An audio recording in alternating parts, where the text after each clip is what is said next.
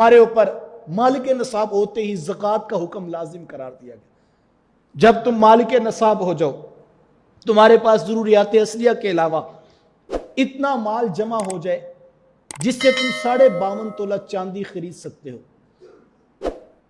ایک سال اتنے مال پہ گزر جائے تو 2.5% سال کے بعد زکوٰۃ تمہارے اوپر فرض قرار دی گئی۔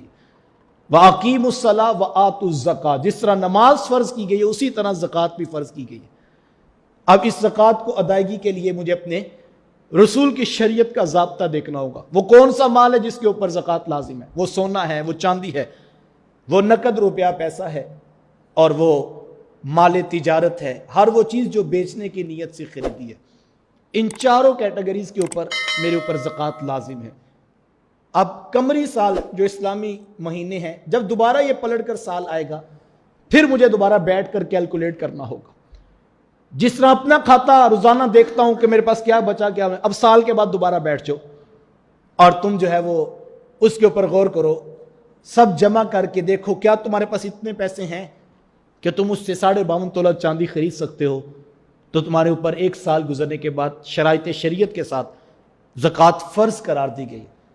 اب اس زکوٰۃ کی ادائیگی پہلی فرصت میں میرے اوپر لازم ہے، اور اگر میں ایسا نہیں کرتا، میں کئی طرح کے تبصرے کرتا ہوں اور میں اس بات کو ٹال دیتا ہوں، تو پھر قرآن کی آیات سن لیجئے، وَالَّذِينَ يَكْنِزُونَ الذَّهَبَ وَالْفِضَّةَ وَلَا يُنْفِقُونَهَا فِي سَبِيلِ اللَّهِ فَبَشِّرْهُم بِعَذَابٍ أَلِيمٍ۔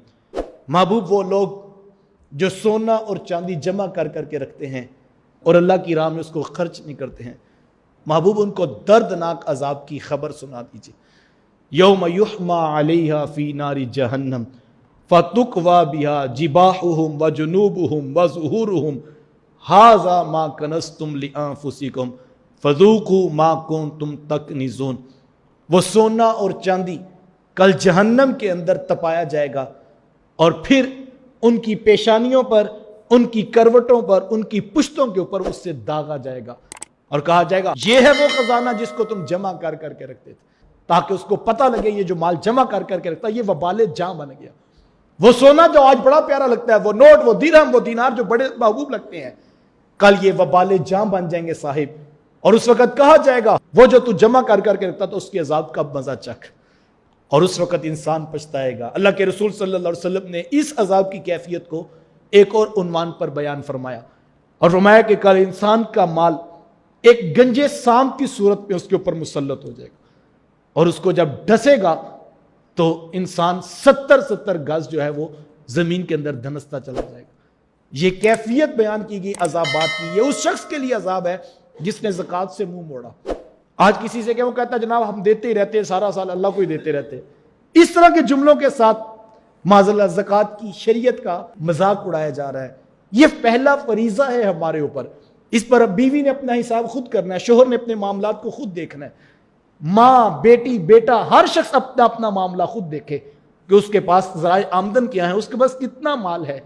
اگر اس پر 1 روپیہ بھی زکوٰۃ بنتی ہے، اللہ کی ذات پر توکل کر کے تم راہ خدا میں خرچ کر دو، اور تم جو اس کے مصارف ہیں ان کے اوپر خرچ کرو۔ یہ شریعت کا اتنا خوبصورت اور اتنا بابرکت عمل ہے۔ میرے حضور نے فرمایا صدقے کو حقیر نہ جانو، نیکی کو چھوٹا نہ سمجھو۔